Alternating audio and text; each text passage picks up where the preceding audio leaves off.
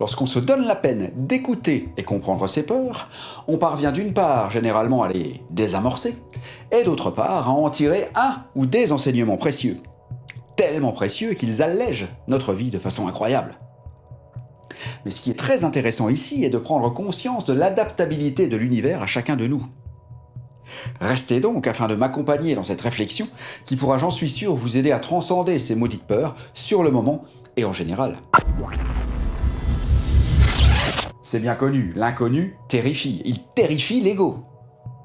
Celui-ci préférera un monstre connu qu'une fée inconnue.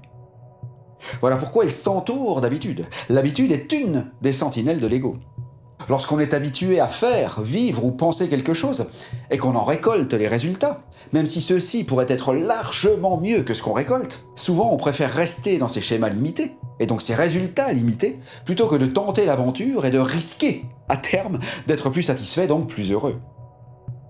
Combien de couples ou de familles sont enfermés dans une routine qui les sclérose chaque jour un peu plus, simplement car personne ne souhaite prendre le risque d'améliorer, de changer ou d'instaurer quelque chose de neuf afin de simplifier les rapports ou la vie en communauté.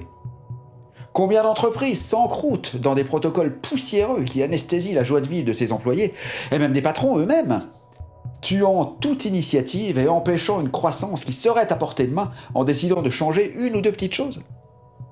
Et lorsqu'une nouvelle personne est parachutée et décide de changer un tout petit truc, elle se heurte à un mur en se voyant rétorquer à chaque suggestion « je vois pas pourquoi on changerait, elle a toujours fait comme ça ». Ceci en France s'entend partout, dans le microcosme des couples, des familles, des associations, des entreprises, et dans le macrocosme, dans les institutions, dans l'État.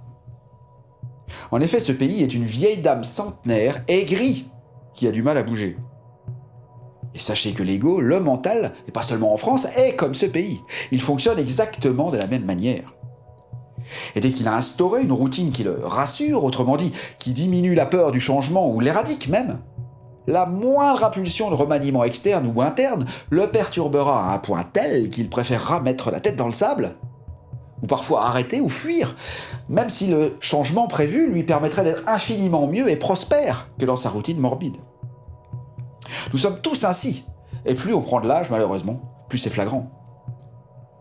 Je me souviens de la grand-mère d'un pote, pieuse, qui allait à la messe tous les dimanches, et qui, un fameux dimanche, fut complètement perturbée, car elle avait lu le matin dans le journal que l'heure de la messe était décalée d'une demi-heure.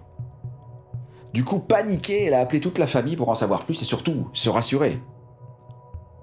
Cet exemple vous fera sourire, comme il m'a fait sourire à l'époque, mais sachez que vous êtes pareil que cette vieille dame dans beaucoup de domaines.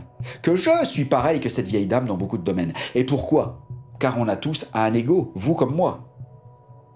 Donc une prise de conscience s'impose afin de changer tout ça ici. D'abord avec un éclairage sur l'intelligence d'adaptabilité rassurante dont l'univers fait preuve à notre rencontre, que nous allons voir dans cette vidéo.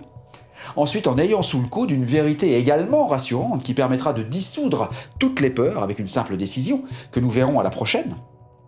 Puis en instaurant une nouvelle habitude de changement, laquelle fera l'inverse de l'ancienne, que nous verrons à la troisième vidéo de cette liste de lecture, et bien d'autres réjouissances encore dans les suivantes. Allons-y.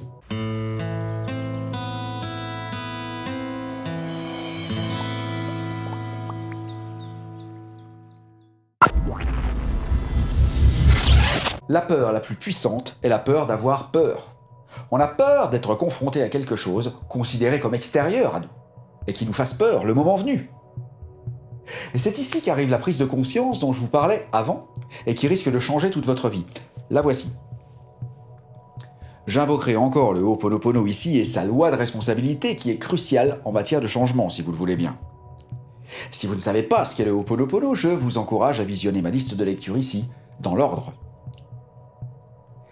Tout ce que nous vivons, nous l'avons attiré, inconsciemment la plupart du temps. C'est donc que nous devons en faire l'expérience afin de comprendre quelque chose. Nous sommes venus sur Terre pour ça, entre autres. Il est donc capital pour notre âme de faire cette expérience, et cette âme fera tout ce qui est en son pouvoir pour nous l'apporter, peu importe le moyen. Qu'importe le flacon, pourvu qu'elle ait l'ivresse.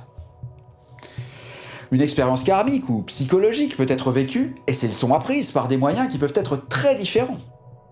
L'âme a toujours plein de lapins dans son chapeau, Et elle s'adaptera à notre environnement, à ce que nous vivons présentement, afin de forger le dit environnement pour qu'il nous fasse vivre cette leçon. Je m'explique.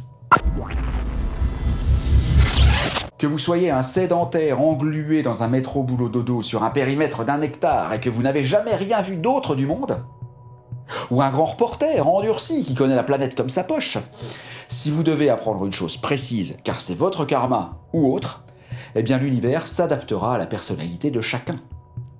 Au sédentaire, en lui faisant vivre une toute petite expérience au travers de ses toutes petites habitudes à lui, mais qui le déstabiliseront suffisamment pour qu'il évolue.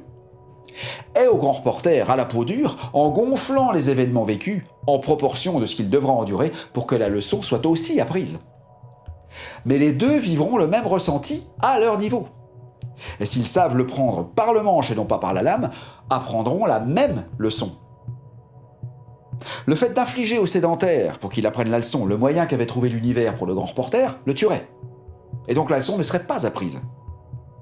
Et inversement, infliger au grand reporter pour qu'il apprenne la leçon, le moyen qu'avait trouvé l'univers pour le sédentaire, passerait totalement inaperçu, et même le ferait sourire. Et la leçon ne serait pas apprise non plus.